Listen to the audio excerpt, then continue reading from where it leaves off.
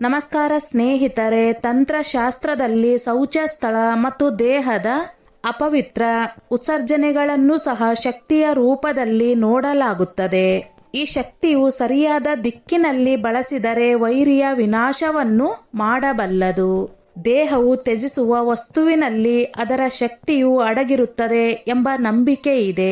ವಿಶೇಷವಾಗಿ ಮೂತ್ರವನ್ನು ಮಾಯಾಭಂಜನ ಶಕ್ತಿಯುಕ್ತವೆಂದು ಪರಿಗಣಿಸಲಾಗಿದೆ.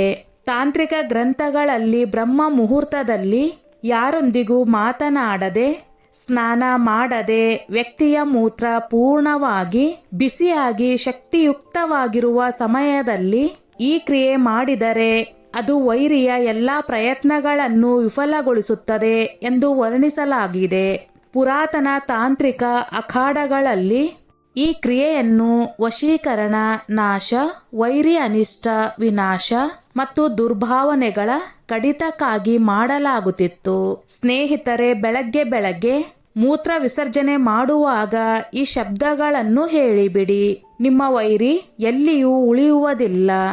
ನಿಮ್ಮ ವೈರಿಯು ನಿಮ್ಮನ್ನು ದಾಸನನ್ನಾಗಿ ಮಾಡಿದ್ದರೆ ಅಥವಾ ನಿಮ್ಮನ್ನು ಎಲ್ಲಾ ಕಾಲಕ್ಕೂ ಕೆಳಗಿನವನಾಗಿ ತೋರಿಸಲು ಬಯಸುತ್ತಿದ್ದರೆ, ನಿಮ್ಮನ್ನು ಶಾಶ್ವತವಾಗಿ ನಾಶ ಮಾಡಲು ಬಯಸುತ್ತಿದ್ದರೆ, ನಿಮ್ಮ ಮನೆಯ ಮಹಿಳೆಯರ ಮೇಲೆ ದುಷ್ಟ ದೃಷ್ಟಿ ಹಾಕುತ್ತಿದ್ದರೆ, ಅವನ ದೃಷ್ಟಿ ದುಷ್ಟವಾಗಿರುವುದರಿಂದ ಅವನು ನಿಮ್ಮನ್ನು ಬದುಕಲು ಬಿಡುತ್ತಿಲ್ಲ. ನಿಮ್ಮನ್ನು ಮರಣಾಸನ್ನ ಸ್ಥಿತಿಯಲ್ಲಿ ನೋಡಲು ಬಯಸುತ್ತಿದ್ದಾನೆ. ನಿಮ್ಮ ಜೀವನದಲ್ಲಿ ಕೋಲಾಹಲ ಮಾಡಲು ಬಯಸುತ್ತಿದ್ದಾನೆ. ನಿಮ್ಮ ಪಕ್ಕದ ನೆರೆಹೊರೆಯವನಾಗಿ ನಿಮ್ಮನ್ನು ಹಾಳು ಮಾಡಲು ಬಯಸುತ್ತಿದ್ದಾನೆ ಮತ್ತು ನಿಮ್ಮ ಎಲ್ಲವನ್ನು ನಾಶ ಮಾಡಲು, ನಿಮ್ಮನ್ನು ಕೊಳ್ಳೆ ಹೊಡೆಯಲು, ನಿಮ್ಮ ಆಸ್ತಿಯನ್ನು ಹಿಡಿದುಕೊಳ್ಳಲು ಬಯಸುತ್ತಿದ್ದಾನೆ. ಅಂತಹ ವೈರಿಗೆ ಈ ವಿಧಾನವನ್ನು ನೀವು ಖಂಡಿತವಾಗಿ ಮಾಡಿ. ಇಂದು ನಾವು ನಿಮಗೆ ಹೇಳುತ್ತಿರುವ ಈ ವಿಧಾನವು ಬೆಳಗ್ಗೆ ಶೌಚಗೃಹದಲ್ಲಿ ಮೂತ್ರ ವಿಸರ್ಜನೆ ಮಾಡುವಾಗ ಕೇವಲ ಈ ವಿಷಯವನ್ನು ಹೇಳಿಬಿಡಿ. ನಿಮ್ಮ ವೈರಿ ಎಲ್ಲಿಯೂ ಉಳಿಯುವುದಿಲ್ಲ. ಸ್ನೇಹಿತರೆ, ಬೆಳಗ್ಗೆ ಮೂತ್ರ ವಿಸರ್ಜನೆ ಮಾಡುವಾಗ ಕೇವಲ ಈ ವಿಷಯವನ್ನು ಹೇಳಿಬಿಡಿ. ನಿಮ್ಮ ವೈರಿಯ ಸಂಪೂರ್ಣ ಭಾಗ್ಯ ನಾಶವಾಗುತ್ತದೆ. ಅವನು ಹಾಳಾಗುತ್ತಾನೆ, ಹುಚ್ಚನಾಗಿ ಹಾಳಾಗಿ ತಿರುಗಾಡುತ್ತಾನೆ. ನಿಮ್ಮ ಮೇಲೆ ಏನಾದರೂ ಮಾಡಿಸಿದ್ದರೂ ಅದು ಅವನ ಮೇಲೆಯೇ ತಿರುಗುತ್ತದೆ. ಇದು ಅತ್ಯಂತ ಶಕ್ತಿಶಾಲಿ ಕ್ರಿಯೆಯಾಗಿದೆ. ಇದು ಅತ್ಯಂತ ಪ್ರಬಲ ಕ್ರಿಯೆಯಾಗಿದೆ. ನೀವು ಮೂತ್ರ ವಿಸರ್ಜನೆ ಮಾಡಲು ಹೋಗುವಾಗ ಆ ಸಮಯದಲ್ಲಿ ಈ ಶಬ್ದಗಳನ್ನು ಖಂಡಿತವಾಗಿ ಹೇಳಿ. ಈಗ ಯಾವ ಶಬ್ದಗಳನ್ನು ಹೇಳಬೇಕು, ಹೇಗೆ ಹೇಳಬೇಕು, ಯಾವಾಗ ಮಾಡಬೇಕು, ಯಾವ ದಿನ ಈ ವಿಧಾನವನ್ನು ಮಾಡಬೇಕು, ಸ್ನೇಹಿತರೆ ಗಮನವಿಟ್ಟು ಕೇಳಿ. ಸ್ನೇಹಿತರೆ, ನೀವು ಈ ವಿಡಿಯೋ ನೋಡುತ್ತಿರುವ ದಿನವೇ ಬಹುಶಃ ನೀವು 4 ಕಡೆಯಿಂದ ವೈರಿಗಳಿಂದ ಸುತ್ತುವರೆಯಲ್ಪಟ್ಟಿರಬಹುದು. ವೈರಿಯು ನಿಮ್ಮ ಮೇಲೆ ದಾಳಿ ಹಾಕಿ ಕುಳಿತಿರಬಹುದು. ಇಂದಿನ ವೈರಿಗಳು ಹಿಂದಿನಿಂದ ಹೊಡೆಯುತ್ತಾರೆ, ಮುಂದಿನಿಂದ ಹೊಡೆಯುವುದಿಲ್ಲ. ಅವರು ಯೋಚನೆ ಮಾಡುತ್ತಾರೆ, ಇವನನ್ನು ಹಿಂದಿನಿಂದ ಹಾಳು ಮಾಡಿ, ಇವನನ್ನು ಕೊಲ್ಲಿ, ಇವನ ಆಸ್ತಿ ಹಿಡಿದುಕೊಳ್ಳಿ, ಅಥವಾ ನಿಮ್ಮ ಮನೆಯ ಮಹಿಳೆಯರ ಮೇಲೆ ದುಷ್ಟ ದೃಷ್ಟಿ ಇರಿಸಿ, ಯಾವುದಾದರೂ ಸುಂದರ ಕನ್ಯೆ ಇದ್ದರೆ ಅವಳನ್ನು ಫಸಾಯಿಸಿ. ಇಂದಿನ ವೈರಿಗಳ ಇಂತಹ ಕೆಟ್ಟ ಯೋಚನೆ ಇದೆ. ಈ ವೈರಿಗಳಿಂದ ಹೇಗೆ ತಪ್ಪಿಸಿಕೊಳ್ಳುವುದು? ಈ ಕ್ರಮಗಳು ನಿಮ್ಮ ಕೆಲಸಕ್ಕೆ ಬರುತ್ತವೆ. ಇದರಲ್ಲಿ ನೀವು ವೈರಿಯೊಂದಿಗೆ ಯಾವುದೇ ಯುದ್ಧ ಮಾಡುವ ಅಗತ್ಯವಿಲ್ಲ. ಮುಂದೆ ಬಂದು ಯುದ್ಧ ಮಾಡುವ ಅಗತ್ಯವಿಲ್ಲ. ಏಕೆಂದರೆ ಇಂದಿನ ವೈರಿಗಳು ಸಾಮಾನ್ಯರಂತೆ ಮುಂದೆ ಬಂದು ಯುದ್ಧ ಮಾಡುವುದಿಲ್ಲ. ಅವರು ಹಿಂದಿನಿಂದ ಹೊಡೆಯುತ್ತಾರೆ, ಹಿಂದಿನಿಂದ ತಾಂತ್ರಿಕ ಕ್ರಿಯೆ ಮಾಡಿಸುತ್ತಾರೆ. ಮತ್ತು ಸಣ್ಣ ಪುಟ್ಟ ತಾಂತ್ರಿಕ ಕ್ರಿಯೆಯಲ್ಲ, ದೊಡ್ಡ ತಾಂತ್ರಿಕ ಕ್ರಿಯೆಗಳನ್ನು ಮಾಡಿಸುತ್ತಾರೆ. ನೀವು ಆರಾಮವಾಗಿ ಜೀವನ ನಡೆಸುತ್ತಿದ್ದರೆ ಅವರು ನಿಮ್ಮನ್ನು ಅನಾರೋಗ್ಯಕ್ಕೆ ತಳ್ಳುತ್ತಾರೆ. ಮನೆಯಲ್ಲಿ ಒಬ್ಬರೇ ಗಳಿಸುವ ಸದಸ್ಯರಿದ್ದರೆ ನೀವು ಅನಾರೋಗ್ಯಕ್ಕೆ ತುತ್ತಾದರೆ ಯಾರು ಗಳಿಸುತ್ತಾರೆ? ಮನೆಯಲ್ಲಿ ಹಣದ ಕೊರತೆ ಉಂಟಾಗುತ್ತದೆ, ಅಥವಾ ಅವರು ನಿಮ್ಮ ವ್ಯಾಪಾರವನ್ನು ನಿಲ್ಲಿಸುತ್ತಾರೆ, ಅಥವಾ ನಿಮ್ಮ ಜೀವನದಲ್ಲಿ ಇಂತಹ ಕೋಲಾಹಲ ಮಾಡುತ್ತಾರೆ ಎಂದರೆ ಕೋರ್ಟ್ ಕಚೇರಿ ಚಕ್ಕರ್ ಹಾಕಿಸುತ್ತಾರೆ. ನಿಮ್ಮ ಆಸ್ತಿಯನ್ನು ಹಿಡಿದುಕೊಳ್ಳುತ್ತಾರೆ. ನಿಮ್ಮ ಮನೆಯನ್ನು ಕೊಳ್ಳೆ ಹೊಡೆಯುತ್ತಾರೆ. ಇವರು ಏನಾದರೂ ಮಾಡಬಲ್ಲರು. ಇದನ್ನು ಹಿಂದಿನಿಂದ ಹೇಗೆ ಮಾಡುತ್ತಾರೆ? ತಾಂತ್ರಿಕರ ಬಳಿ ಹೋಗಿ ನೀವು ಅನೇಕ ಬಾರಿ ನೋಡಿರುವಿರಿ. ತಾಂತ್ರಿಕರು ಕಾಳು ಮೆಣಸು, ಬೆಳ್ಳುಳ್ಳಿ, ಸ್ಮಶಾನದ ವಸ್ತುಗಳಿಂದ ಕ್ರಮಗಳನ್ನು ಮಾಡಿ ಇನ್ನೊಬ್ಬರ ಮನೆಯಲ್ಲಿ ಆಪತ್ತು ಹುಟ್ಟಿಸುತ್ತಾರೆ. ಇನ್ನೊಬ್ಬರ ಮನೆಯನ್ನು ಸ್ಮಶಾನವನ್ನಾಗಿ ಮಾಡುತ್ತಾರೆ. ಹಾಗೆಯೇ ನಿಮ್ಮ ಮನೆಯಲ್ಲಿ ರಸ್ತೆಯಲ್ಲಿ ನಡೆಯುತ್ತಿರುವಾಗ ಜಗಳಗಳು ಆರಂಭವಾಗುತ್ತವೆ. ಮೊದಲು ಎಲ್ಲರೂ ಸಂತೋಷವಾಗಿದ್ದು, ಆದರೆ ಇಂದು ಏನಾಗುತ್ತಿದೆ? ಇದ್ದಕ್ಕಿದ್ದಂತೆ ಜಗಳ, ಮನಸ್ತಾಪಗಳು ನಡೆಯುತ್ತಿವೆ. ಏಕೆಂದರೆ ನೀವು ಉನ್ನತಿಯನ್ನು ಸಾಧಿಸುತ್ತಿದ್ದೀರಿ. ಯಾರು ಉನ್ನತಿ ಸಾಧಿಸುತ್ತಿದ್ದಾರೆಯೋ ಅವರ ಮನೆಯಲ್ಲಿ ಉಥಲ್ ಆಗುತ್ತದೆ. ನೀವು ನೋಡಿರುವಿರಿ. ಏಕೆಂದರೆ ವೈರಿಗಳು ಉನ್ನತಿಯಿಂದ ಸಹಿಸುವುದಿಲ್ಲ ಮತ್ತು ಉನ್ನತಿ ಆಗದಂತೆ ನೋಡಿಕೊಳ್ಳುತ್ತಾರೆ. ಅವರು ಇದರಿಂದ ಮಾಟ ಮಂತ್ರ ಕ್ರಿಯೆ ಮಾಡಿಸುತ್ತಾರೆ. ತಾಂತ್ರಿಕರ ಬಳಿ ಹೋಗಿ ತಾಂತ್ರಿಕ ಕ್ರಿಯೆಗಳನ್ನು ಮಾಡಿಸುತ್ತಾರೆ. ಅದರ ಕಡಿತವನ್ನು ನಾವು ಇಂದು ನಿಮಗೆ ಹೇಳುತ್ತಿದ್ದೇವೆ. ಇದು ಸಹ ತಾಂತ್ರಿಕ ಕ್ರಿಯೆಯೇ. ಆದರೆ ನೀವು ಮಾಡಿದರೆ ನೀವು ಇದರಿಂದ ತಪ್ಪಿಸಿಕೊಳ್ಳುತ್ತೀರಿ. ನಾವು ತಪ್ಪು ಉದ್ದೇಶಕ್ಕಾಗಿ ಎಂದಿಗೂ ಕ್ರಿಯೆ ಹೇಳುವುದಿಲ್ಲ. ಯಾರಾದರೂ ಒಳ್ಳೆಯವರ ಮೇಲೆ ಇದನ್ನು ಬಳಸಿ ಎಂದು ಇಲ್ಲ. ನಿಮ್ಮ ವೈರಿ ನಿಮ್ಮ ಜೀವ ತೆಗೆಯಲು ಬಯಸುತ್ತಿದ್ದರೆ, ನಿಮ್ಮ ವೈರಿ ಇಂತಹ ದುಷ್ಟ ಕೆಲಸಗಳನ್ನು ಮಾಡುತ್ತಿದ್ದರೆ, ನೀವು 4 ಕಡೆಯಿಂದ ವೈರಿಗಳಿಂದ ಸುತ್ತುವರೆಯಲ್ಪಟ್ಟಿದ್ದರೆ, ನಿಮಗೆ ತಿಳಿಯದಂತೆ ಸಾವಿರಾರು ವೈರಿಗಳಿದ್ದರೆ, ಲಕ್ಷಾಂತರ ವೈರಿಗಳಿದ್ದರೆ, ಎಷ್ಟು ವೈರಿಗಳಿದ್ದಾರೆ ಎಂದು ನಿಮಗೆ ತಿಳಿಯುವುದಿಲ್ಲ. ನಮಗೆ ವೈರಿಗಳ ಸಂಖ್ಯೆ ತಿಳಿಯುವುದಿಲ್ಲ. ದೈನಂದಿನ ಜೀವನದಲ್ಲಿ ನೀವು ನೋಡಿರುವಿರಿ. ಎಲ್ಲೋ ಏನೋ ಆಗುತ್ತದೆ. ಇಂದು ಯಾರಾದರೂ ಬಿದ್ದರು, ಇಂದು ಯಾರಿಗಾದರೂ ಕಾಲು ಮುರಿಯಿತು, ಇಂದು ಯಾರಿಗಾದರೂ ಫ್ರ್ಯಾಕ್ಚರ್ ಆಯಿತು, ಇಂದು ಯಾರ ಜೀವನದಲ್ಲೂ ಕಷ್ಟಗಳು ಬಂದಿತು, ಇಂದು ಅವರಿಗೆ ನಷ್ಟವಾಯಿತು, ಇಂದು ವ್ಯಾಪಾರ ನಡೆಯುತ್ತಿಲ್ಲ. ಇಂತಹ ಅನೇಕ ದೈನಂದಿನ ಕ್ರಿಯೆಗಳು ನಡೆಯುತ್ತವೆ. ಅವುಗಳಲ್ಲಿ ಕೆಲವು ತಾಂತ್ರಿಕವಲ್ಲ, ಕೆಲವು ಪ್ರಾಕೃತಿಕವೂ ಆಗಿರುತ್ತವೆ. ಅವುಗಳಿಂದ ಹೇಗೆ ತಪ್ಪಿಸಿಕೊಳ್ಳುವುದು? ನೋಡಿ ಸ್ನೇಹಿತರೆ, ಬೆಳಗ್ಗೆ ನೀವು ಎದ್ದಾಗ ಈ ವಿಧಾನದ ಬಗ್ಗೆ ಮಾತನಾಡೋಣ. ಸ್ನೇಹಿತರೆ, ನೀವು ಏನು ಮಾಡಬೇಕು? ಗಮನವಿಟ್ಟು ಕೇಳಿ. ಮೊದಲು ನೀವು ಬೆಳಗ್ಗೆ ಎದ್ದ ತಕ್ಷಣ ಶೌಚಗೃಹಕ್ಕೆ ಹೋಗಬೇಕು. ಆದರೆ ಶೌಚಗೃಹಕ್ಕೆ ಹೋಗುವ ಮುನ್ನ ಒಂದು ವಿಷಯದ ಬಗ್ಗೆ ಗಮನ ಇರಲಿ. ನೀವು ಜಾಲಿ ಮರದ ಸಣ್ಣ ಕೋಲವನ್ನು ತಂದು ಇರಿಸಿಕೊಳ್ಳಬೇಕು. ಜಾಲಿ ಮರದ ಕೋಲ ಎಂದರೇನು? ಜಾಲಿ ಅಥವಾ ಕೀಕರ್ ಇದು ಮುಳ್ಳಿನ ಮರ. ಈ ಮುಳ್ಳಿನ ಮರದ ಕೋಲವನ್ನು ಒಂದು ದಿನ ಮುಂಚಿತವಾಗಿ ತಂದುಕೊಳ್ಳಿ. ಇಂದು ಈ ವಿಧಾನ ಮಾಡುವುದಾದರೆ ನಿನ್ನೆಯೇ ಕೋಲವನ್ನು ತಂದುಕೊಳ್ಳಿ. ಜಾಲಿ ಮರದ ಕೋಲವನ್ನು ಕತ್ತರಿಸಿ ಚೆನ್ನಾಗಿ ಸ್ಮೂತ್ ಮಾಡಿ, ಕ್ಲೀನ್ ಮಾಡಿ ಪುಟ್ಟ ಕೋಲವನ್ನು ತೆಗೆಯಿರಿ. ದೊಡ್ಡದಾಗಿ ಬೇಡ. ಬ್ರಷ್ ಅಥವಾ ಮಾಸ್ಟರ್ ಕೋಲ ಹಾಗೆ ಸಣ್ಣ ಕೋಲೆಯಂತೆ ತೆಗೆಯಿರಿ. ಕೋಲವನ್ನು ಕ್ಲೀನ್ ಮಾಡಿದ ನಂತರ ಕಪ್ಪು ಬಣ್ಣದ ಲೇಖನಿ ಅಥವಾ ಮಾರ್ಕರ್ ಅಥವಾ ಸ್ಕೆಚ್ ಲೇಖನಿ ಬಳಸಿ ವೈರಿಯ ಹೆಸರನ್ನು ಬರೆಯಿರಿ. ವೈರಿಯ ಹೆಸರು ಮತ್ತು ವೈರಿಯ ತಾಯಿಯ ಹೆಸರನ್ನು ಬರೆಯಿರಿ. ತಾಯಿಯ ಹೆಸರು ತಿಳಿಯದಿದ್ದರೆ ತಂದೆಯ ಹೆಸರನ್ನು ಬರೆಯಿರಿ. ಕೆಲವರು ಹೇಳುತ್ತಾರೆ, ನಮಗೆ ವೈರಿಯ ಹೆಸರೇ ತಿಳಿಯುವುದಿಲ್ಲ. ಅಂತಹ ಸಂದರ್ಭದಲ್ಲಿ ಕೇವಲ ವೈರಿ ಎಂದು ಬರೆಯಿರಿ. ಕೋಲವನ್ನು ಮನೆಗೆ ತಂದುಕೊಳ್ಳಿ. ಬೆಳಗ್ಗೆ 5 ಗಂಟೆ ಅಥವಾ 6 ಗಂಟೆಗೆ ಎದ್ದ ತಕ್ಷಣ ಮೊದಲ ಮೂತ್ರ ವಿಸರ್ಜನೆ ಮಾಡುವಾಗ ಈ ಕೋಲವನ್ನು ಜೊತೆಗೆ ತೆಗೆದುಕೊಂಡು ಹೋಗಿ ವೈರಿ ಎಂದು ಬರೆದಿರುವ ಸ್ಥಳದ ಮೇಲೆ ಮೂತ್ರ ವಿಸರ್ಜನೆ ಮಾಡಿ. ಜಾಲಿ ಕೋಲವನ್ನು ತಂತ್ರಶಾಸ್ತ್ರದಲ್ಲಿ ಬಹಳ ಬಳಸುತ್ತಾರೆ. ಮೂತ್ರ ವಿಸರ್ಜನೆ ಮಾಡುವಾಗ ಹನ್ ಎಂದು ಹೇಳುತ್ತಾ ಇರಿ. ಮೂತ್ರದ ಧಾರೆ ಕೋಲದ ಮೇಲೆ ಬೀಳುತ್ತಿರುವವರೆಗೂ ಹನ್ ಎಂದು ಹೇಳುತ್ತಿರಿ. ಮಹಿಳೆಯರು ಕೂಡ ಮಾಡಬಹುದು. ಪುರುಷರು ನಿಂತು ಮಾಡುತ್ತಾರೆ, ಮಹಿಳೆಯರು ಕುಳಿತು ಮಾಡುತ್ತಾರೆ. ಮನೆಯಲ್ಲೇ ಮಾಡಿ ಹೊರಗೆ ಹೋಗುವ ಅಗತ್ಯವಿಲ್ಲ. ಮೂತ್ರ ವಿಸರ್ಜನೆ ಮುಗಿಸಿ ನಿಂತುಕೊಂಡ ನಂತರ ಈ ಕೋಲದಿಂದ ವೈರಿಯನ್ನು ಹೊಡೆಯುವಂತೆ ಕಲ್ಪಿಸಿ. ಕೋಲವನ್ನು ದೊಡ್ಡ ಕೋಪದಿಂದ ಹೊಡೆಯಿರಿ. ನಂತರ ಈ ಕೋಲವನ್ನು ಹೊರಗೆ ಬಿಸಾಕಿ ಬಿಡಿ. ಎಲ್ಲಿ ಎಸೆಯಬೇಕು? ಯಾವುದಾದರೂ ಗಂದಿ ನಾಲೆಯಲ್ಲಿ ಅಥವಾ ಕೊಳೆ ತುಂಬಿದ ಸ್ಥಳದಲ್ಲಿ, ಶೌಚಗೃಹ ಅಥವಾ ಕಸದ ಸ್ಥಳದಲ್ಲಿ ಎಸೆಯಿರಿ. ಬಿಸಾಕಿ ತಿರುಗಿ ನೋಡದೆ ಮನೆಗೆ ಬನ್ನಿ.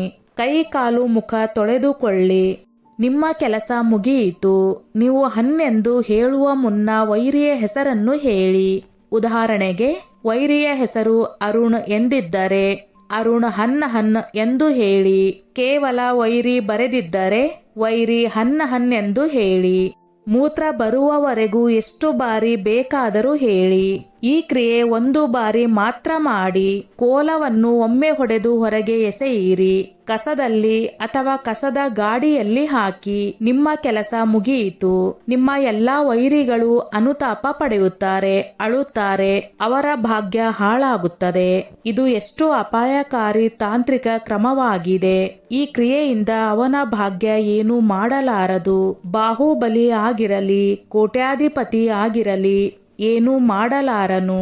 ಅವನು ಬಯಸಿದರೂ ನಿಮಗೆ ಏನೂ ಮಾಡಲಾರನು.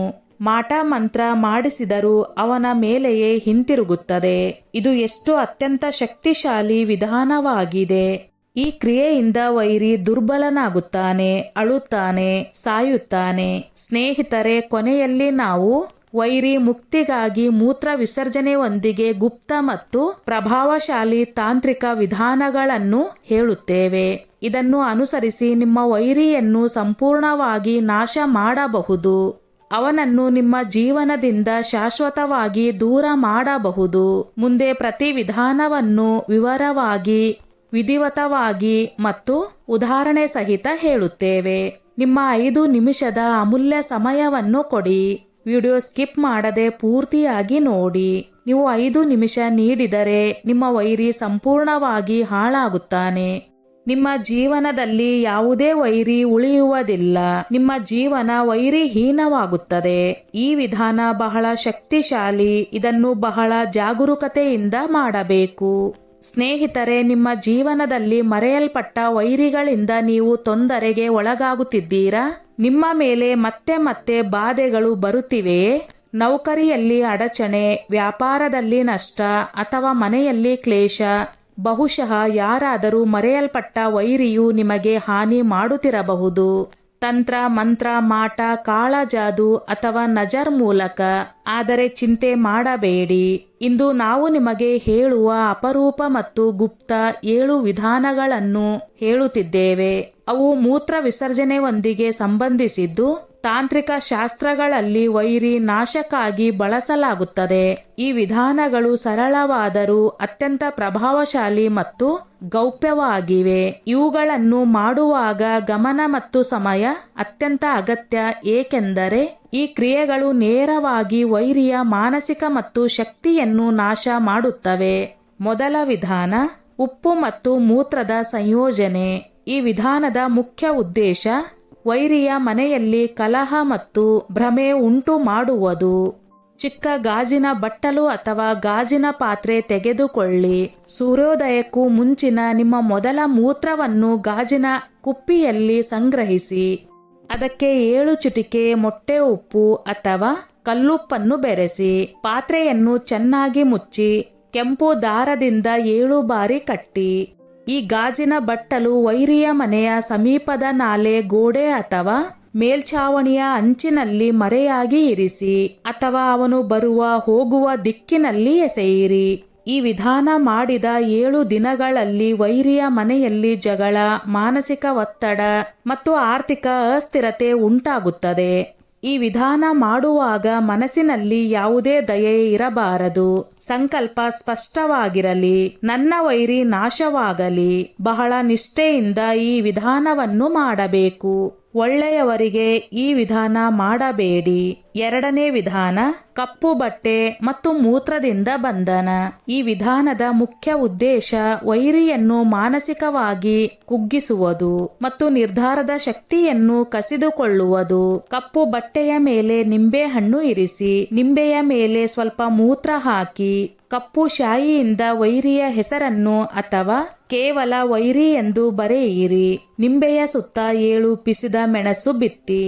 ಈ ಪ್ಯಾಕೆಟ್ ಅನ್ನು ರಾತ್ರಿ ಸಮಯದಲ್ಲಿ 4 ದಾರಿಗಳ ಸಂಗಮದಲ್ಲಿ ಇರಿಸಿ ಹಿಂದೆ ನೋಡದೆ ಮನೆಗೆ ಬನ್ನಿ. ಈ ವಿಧಾನದಿಂದ ವೈರಿ ಭ್ರಮೆಗೆ ಒಳಗಾಗುತ್ತಾನೆ. ಅವನ ನಿರ್ಧಾರಗಳು ಗೊಂದಲಕ್ಕೆ ಒಳಗಾಗುತ್ತವೆ ಮತ್ತು ಮಾನಸಿಕ ಶಕ್ತಿ ಕುಂದುತ್ತದೆ. 3ನೇ ವಿಧಾನ, ತಾಮ್ರ ಪತ್ರದ ಮೇಲೆ ಮೂತ್ರಲೇಖನ. ಇದು ಉನ್ನತ ಮಟ್ಟದ ತಾಂತ್ರಿಕ ಕ್ರಿಯೆ. ಇದು ನೇರವಾಗಿ ವೈರಿಯ ಆತ್ಮೀಯ ಶಕ್ತಿಯ ಮೇಲೆ ಹೊಡೆಯುತ್ತದೆ. ಪಿತ್ತಳ ಅಥವಾ ತಾಮ್ರದ ತಟ್ಟೆಯ ಮೇಲೆ ಮೂತ್ರ ಹಾಕಿ ಆ ಮೂತ್ರದಲ್ಲಿ ವೈರಿಯ ಹೆಸರನ್ನು ಬರೆಯಿರಿ. ದೀಪ ಹಚ್ಚಿ ಮುಂದೆ ಇಟ್ಟು ಮತ್ತು ಈ ಮಂತ್ರವನ್ನು 108 ಬಾರಿ ಜಪಿಸಿ. ಓಂ ಹ್ರೀಂ ಕ್ಲೀಂ ವೈರಿ ನಾಶಾಯ ಫಟ್. ನಂತರ ಆ ತಟ್ಟೆಯನ್ನು ಅಗ್ನಿಯಲ್ಲಿ ಹಾಕಿ ಅಥವಾ ರಾತ್ರಿ ಯಾರೂ ಓಡಾಡದ ಸ್ಥಳದಲ್ಲಿ ಎಸೆಯಿರಿ. ಈ ವಿಧಾನದಿಂದ ವೈರಿಯ ಆತ್ಮ ಬೆಳೆಯುತ್ತದೆ. ಅವನನ್ನು ಭಯ ಮತ್ತು ಭ್ರಮೆ ಕಾಡುತ್ತದೆ. 4ನೇ ವಿಧಾನ, ಶೌಚದಲ್ಲಿ ಮಂತ್ರಸಿದ್ಧ ಮೂತ್ರಕ್ರಿಯೆ. ಈ ಕ್ರಿಯೆಯು ವೈರಿಗೆ ಶಾರೀರಿಕ ಅನಾರೋಗ್ಯ ಮತ್ತು ಮಾನಸಿಕ ಆಯಾಸ ನೀಡುತ್ತದೆ. ಶೌಚ ಅಥವಾ ಮೂತ್ರ ವಿಸರ್ಜನೆ ಮಾಡುವಾಗ ಮನಸ್ಸಿನಲ್ಲೇ 21 ಬಾರಿ ಈ ಮಂತ್ರ ಹೇಳಿ. ಓಂ ವೈರಿ ನಾಶನಾಯ ಮುದ್ರಾಯೇ ನಮಃ. ಈ ಕ್ರಿಯೆಯನ್ನು 11 ದಿನಗಳವರೆಗೆ ಮಾಡಿ. 12ನೆಯ ದಿನ ಮನೆಯ ಉತ್ತರ ದಿಕ್ಕಿನಲ್ಲಿ ನಿಂಬೆ ಕತ್ತರಿಸಿ 4 ಭಾಗ ಮಾಡಿ ಮತ್ತು ಮೂತ್ರ ವಿಸರ್ಜನೆ ಮಾಡಿದ ಸ್ಥಳದಲ್ಲಿ ಚಿಮುಕಿಸಿ. ಈ ವಿಧಾನದಿಂದ ವೈರಿ ಶಾರೀರಿಕವಾಗಿ ಅನಾರೋಗ್ಯಕ್ಕೆ ಒಳಗಾಗುತ್ತಾನೆ. ಅವನ ರೋಗ ಪ್ರತಿರೋಧಕ ಶಕ್ತಿ ಕುಂದುತ್ತದೆ. 5ನೇ ವಿಧಾನ, ಶನಿವಾರದ ಮೂತ್ರಕ್ರಿಯೆ. ಶನಿವಾರದಂದು ಮಾಡಿದ ಮೂತ್ರಕ್ರಿಯೆಯು ಶನಿ ಸಂಬಂಧಿತ ವೈರಿಗಳನ್ನು ಶಾಂತಗೊಳಿಸುತ್ತದೆ. ಶನಿವಾರ ಸೂರ್ಯೋದಯಕ್ಕೂ ಮುಂಚೆ ಮೂತ್ರವನ್ನು ಮಣ್ಣಿನ ಪಾತ್ರೆಯಲ್ಲಿ ಸಂಗ್ರಹಿಸಿ ಮುಳ್ಳಿನ ಮರದ ಬುಡಕ್ಕೆ ಮೌನವಾಗಿ ಅರ್ಪಿಸಿ ಹೇಳಿ, ಹೇ ಶನಿದೇವ, ನನ್ನ ವೈರಿಯ ವಿನಾಶ ಮಾಡು, ನನ್ನ ವೈರಿಗಳಿಂದ ನನ್ನನ್ನು ದೂರವಿಡು. 6ನೇ ವಿಧಾನ, ಎಳ್ಳು ಮತ್ತು ಮೂತ್ರದ ಸಂಯೋಜನೆ. ಈ ಕ್ರಿಯೆಯಿಂದ ವೈರಿಯ ತೇಜಸ್ಸು, ಲೋಕಪ್ರಿಯತೆ ಮತ್ತು ಸಾಮಾಜಿಕ ಪ್ರಭಾವ ನಾಶವಾಗುತ್ತದೆ. ಎಳ್ಳು, ಎಣ್ಣೆ ಮತ್ತು ಮೂತ್ರವನ್ನು ಬೆರೆಸಿ ಈ ಮಿಶ್ರಣವನ್ನು ಹಳೆಯ ಚಪ್ಪಲಿಯ ಮೇಲೆ ಚಿಮುಕಿಸಿ, ಅಂದರೆ ಬಳಸದ ಚಪ್ಪಲಿಯ ಮೇಲೆ. ಆ ಚಪ್ಪಲಿಯನ್ನು ಸುಡಿ. ಅದರ ಬೂದಿಯನ್ನು 4 ದಾರಿಗಳ ಸಂಗಮದಲ್ಲಿ ಹರಡಿ. ಮಾಡುವಾಗ ಮನಸ್ಸಿನಲ್ಲಿ ಹೇಳಿ, ಈ ಚಪ್ಪಲಿ ಸುಟ್ಟಂತೆ ನನ್ನ ವೈರಿಯ ತೇಜಸ್ಸು ಸುಡಲಿ. ನನ್ನ ವೈರಿ ಮಾಡಿದ ಜಾದು, ಮಾಟ ಮಂತ್ರ ಎಲ್ಲವೂ ಸುಟ್ಟು ಹೋಗಲಿ. 7ನೇ ಮುಖ್ಯ ವಿಧಾನ, ಗುಪ್ತ ಮೂತ್ರ ಸಾಧನೆ. ಕೇವಲ ಪೂರ್ಣ ತಾಂತ್ರಿಕರಿಗೆ. ಇದು ಅತ್ಯಂತ ರಹಸ್ಯಮಯ ಸಾಧನೆ. ಹುಣ್ಣಿಮೆಯ ರಾತ್ರಿ ಕಪ್ಪು ವಸ್ತ್ರ ಧರಿಸಿ ಏಕಾಂತ ಸ್ಥಳಕ್ಕೆ ಹೋಗಿ ಗೋಳಾಕಾರ ಗೆರೆಯಲ್ಲಿ ಮೂತ್ರ ಚಿಮುಕಿಸಿ ಅದರೊಳಗೆ ಕುಳಿತು ಈ ಮಂತ್ರವನ್ನು ಜಪಿಸಿ. ಓಂ ಕೃಕಾದೇವ ನಮಃ 108 ಬಾರಿ ಜಪಿಸಿ. ನಂತರ ಅಗ್ನಿಯಲ್ಲಿ ನಿಂಬೆ ಮತ್ತು ಕೆಂಪು ಮೆಣಸು ಅರ್ಪಿಸಿ ವೈರಿಯ ಹೆಸರು ಹೇಳಿ ಅವನ ಮಾನಸಿಕ ವಿನಾಶ ಮಾಡಿ. ಇವು ಮೂತ್ರ ವಿಸರ್ಜನೆಯೊಂದಿಗೆ ಸಂಬಂಧಿಸಿದ 7 ಅತ್ಯಂತ ಗುಪ್ತ, ಅಪರೂಪ ಮತ್ತು ಶಕ್ತಿಶಾಲಿ ವಿಧಾನಗಳು. ಸ್ನೇಹಿತರೆ, ಈ ನನ್ನ ಮಾಹಿತಿ ನಿಮಗೆ ಇಷ್ಟವಾಗಿದ್ದಲ್ಲಿ ದಯವಿಟ್ಟು ಶೇರ್ ಮಾಡಿ, ಲೈಕ್ ಮಾಡಿ ಮತ್ತು ಸಬ್ಸ್ಕ್ರೈಬ್ ಮಾಡಿ.